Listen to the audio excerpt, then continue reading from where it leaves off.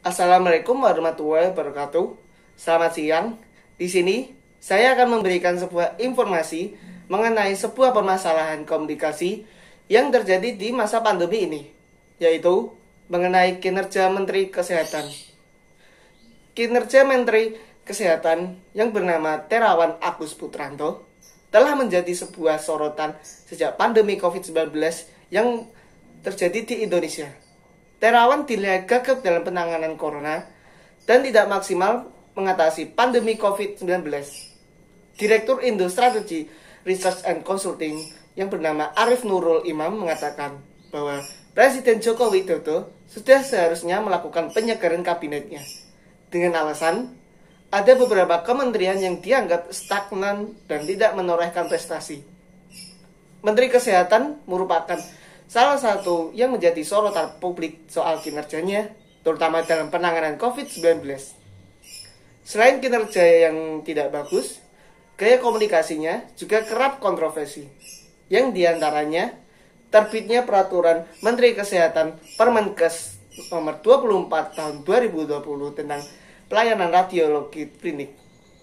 Posisi Menteri Kesehatan tidak hanya membutuhkan orang kompeten di bidangnya, tetapi juga harus memiliki jiwa kepemimpinannya. Kompeten tidak hanya ahli dalam bidang kesehatan seperti dokter, melainkan juga kompeten dalam sisi leadership. Hal ini karena jabatan menteri memiliki kewenangan yang membuat kebijakan, menata birokrasi, dan cara komunikasi publiknya. Reshuffle kabinet selain mempertimbangkan soal kinerja, juga tak lepas dari pertimbangan politis di samping desakan masyarakat. Seperti diketahui, ribuan masyarakat telah menandatangani petisi yang telah mendesak Presiden Joko Widodo yang telah mencopot Kementerian Kesehatan Terawan Agus Putranto dan menggantinya dengan ahli kesehatan yang lebih kompeten. Petisi online yang dibuat di laman change.org ini telah dibuat oleh Koalisi untuk Indonesia Bebas COVID-19 yang terdiri dari Jala PRT, Buruh Supilah, Presiden UIN Jakarta Sultan Rifandi, dan Ketua BEM UI Manik Margana Mahendra dan Indra Irma Andrian dari Rapor COVID-19. Koalisi menilai Terawan telah gagal menjadi Menteri Kesehatan dalam menangani pandemi. Kami menilai Bapak Terawan Agus Putranto telah gagal sebagai Menteri Kesehatan dalam menangani pandemi ini. Sejak awal, Menteri Kesehatan Terawan terkesan menggampangkan wabah ini. Penanganannya pun jadi tidak serius. Saat ini pun beliau tidak mampu menyelesaikan masalah-masalah seperti pelindungan tenaga kesehatan, dan menekan angka penyebaran COVID-19.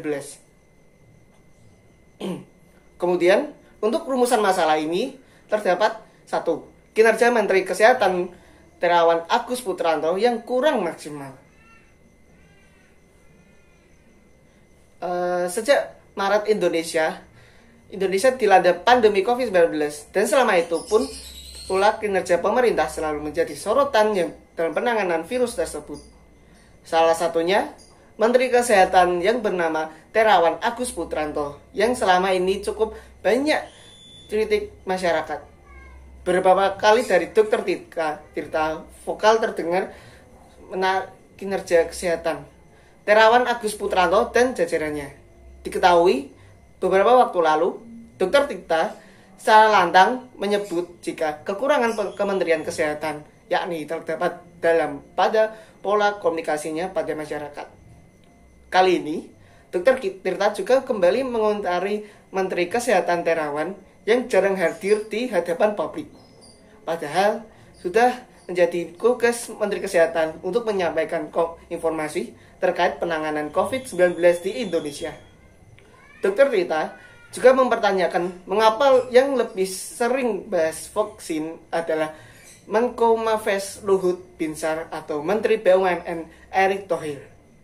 Saat pertama kali mengumumkan ditemukannya kasus pertama COVID-19 di Indonesia, juga bukan diumumkan Menteri Kesehatan, melainkan langsung Presiden Jokowi. Menurut Dr. Tita, hal ini dapat menimbulkan trust issue atau masalah kepercayaan di masyarakat. yang mengatakan Nah, inilah yang dibilang trust issue. Kalau Pak Terawan ini tidak menenangkan publik, trust issue-nya menurun, ucap dokter yang juga merupakan seorang pengusaha itu. Selama digerus pandemi COVID-19 di awal Juli lalu, berdasarkan hasil survei Indonesia Political Opinion atau IPO, Terawan menjadi salah satu menteri yang masuk dalam kategori layak untuk di reshuffle Presiden Jokowi, mencapai 52,4% sebelum Menteri Hukum dan HAM Menkumham Yasona Lauli pada 64,1%. Menanggapi hal itu, pengamat politik Ujang Komarudin menilai adalah wajar apabila masyarakat menginginkan Terawan untuk di reshuffle. Hal itu adalah dampak dari kacamata politik atas kinerjanya selama pandemi COVID-19. Hal itulah yang menjadi perhitungan secara politik bagi Jokowi. Tak mudah ingin mendepak Terawan dari kabinet.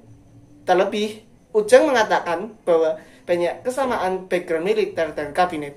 Namun, secara politik, mungkin dia aman-aman aja. Tak akan kena reshuffle atau mungkin karena dia juga seorang jenderal. Yang dimana dia punya backup politik dari para teman-temannya sesama jenderal.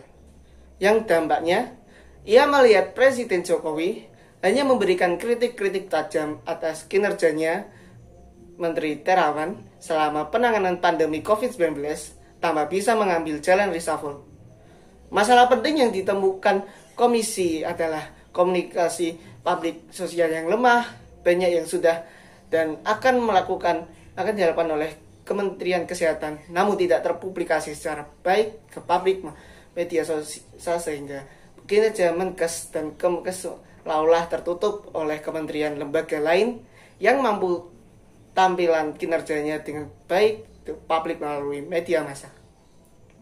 Kami juga mendorong komunikasi publik Menkes dan jajarannya dibenahi secara optimal sehingga publik mengetahui secara baik apa yang sudah dilakukan, sehingga mendorong optimisme dan kepercayaan publik dalam respon apapun dinamika COVID-19 di seluruh penjuru tanah air.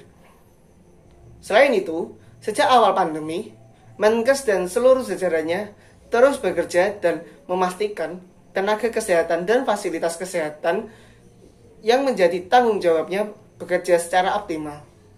Banyak korban tenaga kesehatan pun yang terpapar COVID-19 dan lebih dari 100 orang meninggal. Kementerian Menteri Kesehatan menjadi klaster perkantoran yang terbanyak terpapar COVID-19, menunjukkan kerja keras Menkes dan jajaran Kemenkes serta ke seluruh sumber daya tenaga kesehatan dan sudah dikerahkan. Jadi, pada kesimpulannya, dari pihak Dinas Kesehatan tidak memberikan klarifikasi secara langsung mengenai masalah pandemi COVID-19, tetapi malah Bapak Presiden Joko Widodo telah memberikan klarifikasi secara langsung, secara terus-menerus, sebagai masyarakat digital yang menginginkan kejelasan mengenai permasalahan COVID-19 ini dari pihak Dinas Kesehatan dan Menteri Kesehatan, bukannya Bapak Presiden yang harus turun tangan untuk terus-menerus untuk menjelaskan klarifikasi masalah COVID-19 ini yang bukan di bidangnya, yang aslinya pihak Menkes sendiri yang melakukannya. Itu penjelasan dari presentasi kami. Mohon maaf apabila ada kesalahan. Terima kasih. Wassalamualaikum warahmatullahi wabarakatuh.